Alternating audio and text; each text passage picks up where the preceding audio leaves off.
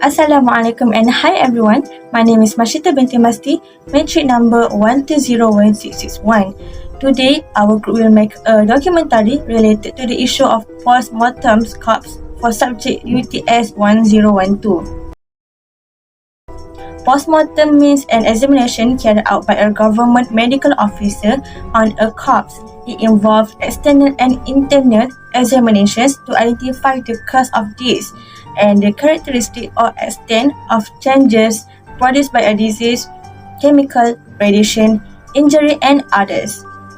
In this case, most physicians define which each surgery performed to produce information and related disease that might not have resulted in any other way.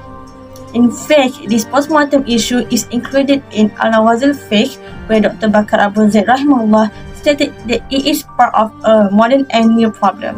There are two hukum that have been issued by the most of ulama related to the postmortem of a corpse.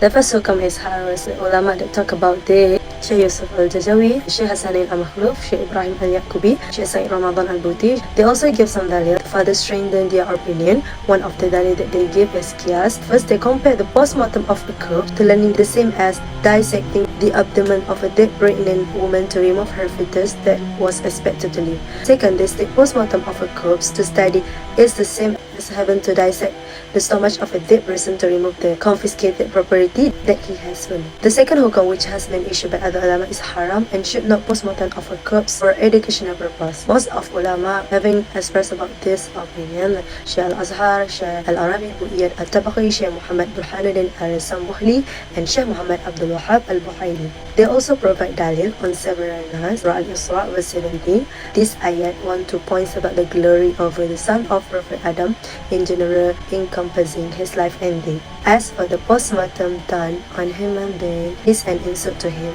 that is like cutting the part of a corpse, and other that are an insult to the corpse. This is contrary to the meaning of glory over and superiority for the children of Prophet Adam. So they conclude hukum as unnecessary. From a scientific point of view, the postmortem of these corpses is in the field of forensic science.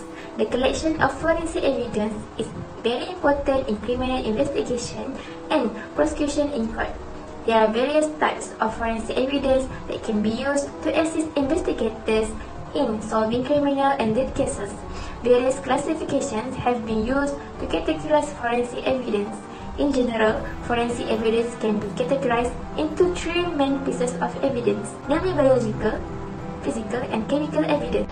As strong evidence, the testimony of a forensic entomologist in the trial is subject to the relevant provisions under the Evidence Act 1950 and 56. Provisions governing expert evidence in the Evidence Act 1950 is S45, which provides that when the court needs to make an opinion on something matters concerning the law of a foreign country, or concerning science or art, or about the identity or authenticity of the handwriting or stamped fingers, then the opinion on the matter from the person who has specialized skills in foreign law, science or art that, or in a matter of the identity or authenticity of the handwriting or fingerprints are relevant facts. There are two types of postmortems. The first one is a medico-legal postmortem, which is a police-directed postmortem, and the second one is clinical postmortem, which is cases where the treating physician needs to obtain the permission of the nearest heirs, and the heirs have the right not to allow the autopsy to be performed, or to allow the autopsy to be performed on certain parts only. According to Utusan Malaysia on October 30, 2021, the Perak State Health Department JKN are waiting for a complete autopsy report on a 15-year-old boy who died a day after receiving the second dose of COVID-19 vaccine. Datuk Dr. Ding Leming, who is the director of JKN, stated that the autopsy report is categorized as incomplete because there are still test results that have not been received. They are waiting for a complete autopsy report to find out the real cause of the teenager's death. The teen received a second dose of the COVID-19 vaccine on Saturday and reportedly only experienced pain at the injection site after vaccination. The teen was also informed that he did not have any allergies to vaccine or drugs and was not known to have any chronic illness. He also did not report any problems or complications after receiving the first dose injection.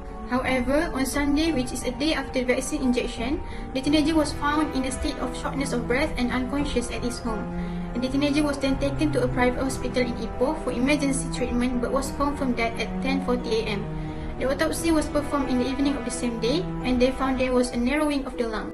To conclude, doing postmortem on corpse may be seen as an important action in the perspective of science as to investigate the body and find the cause behind the death. They might also done to find out the illness that the body has. However, as a Muslim, we should not neglect the hukum that has been set for us regarding this matter. The need of doing postmortem on corpse may be necessary according to the reason behind doing so.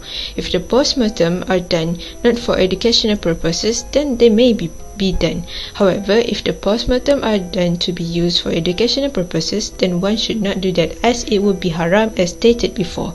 Doing so would mean that we are insulting the body, as we should not, and we should not do that as a Muslim. That's all from us. Thank you.